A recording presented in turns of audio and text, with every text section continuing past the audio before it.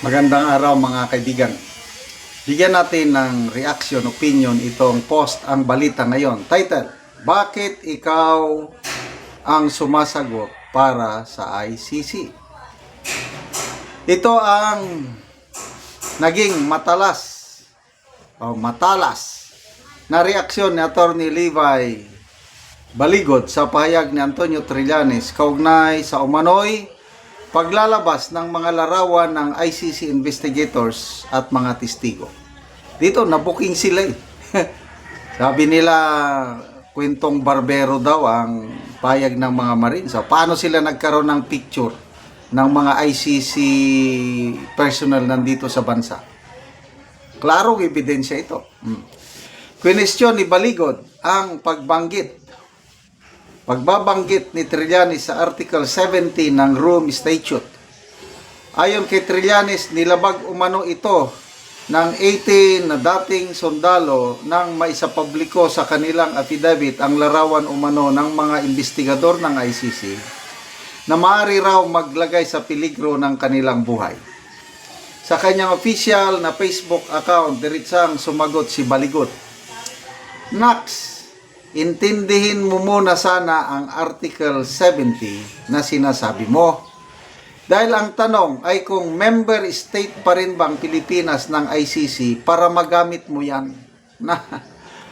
Pero matanong ko lang, bakit ikaw ang sumasagot para sa ICC? Close kayo? Nauna rito, iginit ni Trillanes na ang paglalabas ng mga larawan ay maaring ituring na paglabag sa Article 70 at posible aniyang makasuhan ang mga naglabas ng mga larawang ito.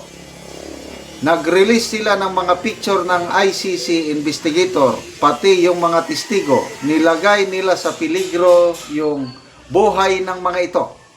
Alam nyo, violation yan sa Article 70 yan ng Rome Statute.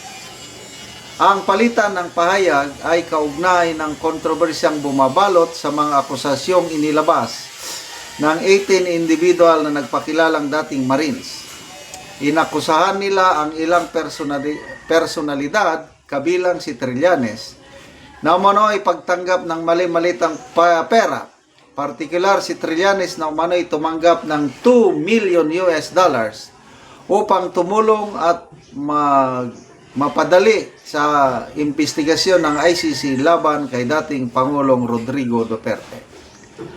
Maring itinanggi ni Trillanes ang paratang at inihayag na magsasampa siya ng mga kasong cyber libel laban sa 18 individual at kay Baligod bilang kanilang abogado. Samantala, naihain na rin ni Atty. Levi Baligod ang permado at naipanotaryong affidavit sa tanggapan ng ombudsman na naglalaman ng mga mabibigat na aligasyon laban sa mga opisyal at personalidad na kinabibilangan din ni Trillanes. So, abogado versus anong tawag kay Trillanes? Tinatawag siya, hindi ako nababasa ko lang, tinatawag siyang sundalong kanin. Hindi ko alam yung background, bakit sundalong kanin ang tawag nila kay Trillanes. Hindi siya abogado. Itong si Baligod, abogado. Sinaset niya ang Article 70. Ay nung ginawa yung pag-imbestiga ng ICC, December of 2023, wala na tayo, approved na yung pagkalas natin sa ICC. 2019 pa, naging effective yung pagkalas natin sa ICC. Kaya nung 2023, dapat ang ICC hindi na wala silang jurisdiction na pagpasok sa bansa. Kaya sila ang may violation. Yon ang pagkakaintindi ko. Si BP Sara mismo, sumulat siya sa Malacanang nung nabalitaan niyang may ganyan. Ang sagot naman ng Malacanang, ang Marcos Jr. administration, hindi makikipag-cooperate sa ICC. Nasa sulat yan eh. May ebidensya. Ano ngayon? Totoo ba ang sinabi ng Marcos Jr. sa response nila kay BP Sara na hindi nakikipag-cooperate? Ano yan? pinapasok. Ginastusan pa natin. Mali-maliit ang pera galing kay Saldico, binigay kay Trillanes, at yun ang ginastos ng ICC. Pag-imbestiga. O ngayon, dahil sa pasikreto nilang pag-imbestiga, nandun nakakulong ang ating Tatay Digong. Na halos maiyak-iyak ako. Ipinos ni MJ Kiambao Reyes yung closing statement ni Attorney Kaufman. Nakalagay doon, kinausap daw niya ng halos 1 oras si Tatay Digong. Brini-brief niya kaya si Tatay Digong tungkol sa akusasyon ng prosecutor. Wala na daw, hindi na daw makinig, wala nang interest si Tatay Digong kung ano ang nangyayari sa courtroom, yung confirmation of charges. Sagot ni Tatay Digong na, I have accepted my fate that I might die here in prison.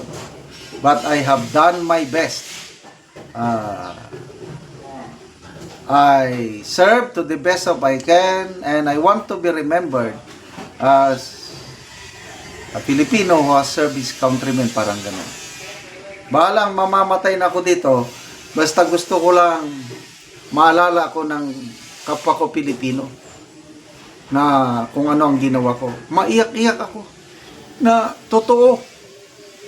To me, he is the best president. Ilang presidente na ang naabutan ko, nagsimula magsaysay. Naabutan ko na yan, magsaysay, Marcos Sr., Cory, Ramos, Estrada, Arroyo, Pinoy, Duterte, pangsyam na ito. Sa experience ko, ang pinaka-the best sa kanilang lahat si Tatay Digong. At siya pa ang nagdurusa doon. Siya pa ang may posibilidad na mamamatay na lang sa prison. But wag po tayong mawalan ng pag-asa, mga kapwa ko DDS. Let's continue to pray. Walang imposible sa Diyos.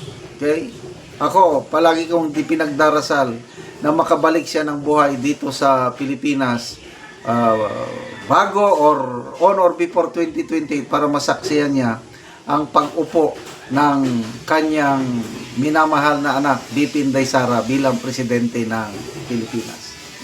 Salamat mga kaibigan sa inyong pagsubaybay sa ating channel. Nakakatulong kayo ng malaki sa tribong Talandig ng Bukidnon dahil ang income natin sa channel na ito is pantulong po sa tribo. Namimigay tayo ng libreng yero at pako para makapagpatayo sila ng mas maayos na tahanan. Panoorin nyo ang video na ito. Muna ni ang gihatag na ngayon ni tatay, so gitabangan lang siya sa iyang anak.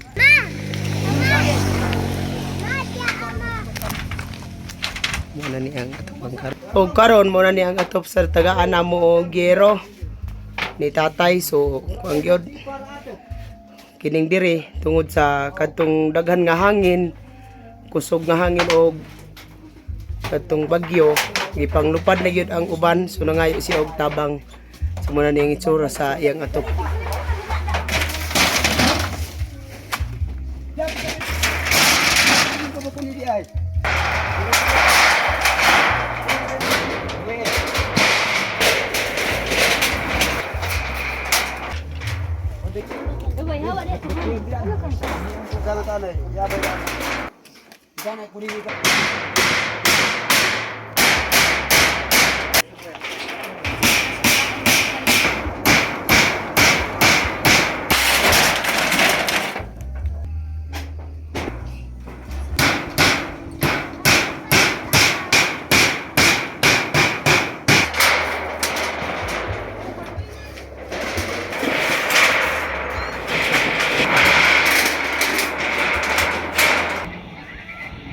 Kung karon managit sa pag-atop ang gihatag namo nga yero ang ante, so maayo na gid ang iyang atop. Nako ang akong pasalamat sa Ginoo ug sa mga katabang kay kitabangan mi sa tao. Salamat sa Ginoo nga di na migid karon maulanan. O kay noon pila na day ni Salamat. ante, pila na day katuig ang inyong atop bago pa mo nakaatop karon nga Tuiga. oo. Pila na day ito katong karaan ninyo nga atop, pila day ito katuig na. 30 na katuig. 30 na katuig. So bago pa mo nakapuli og atop. Karon pamigid nakaapuli kaya natagaan mi. Oo. Nagpasalamat gid ko og dako. Ay sunod. Oo. Lagi. So nga naman sa sulod sa 30 katuig, wala mo nakapalit og sin. Saon gamuso raman. Oo. Usay na muso, usay wala.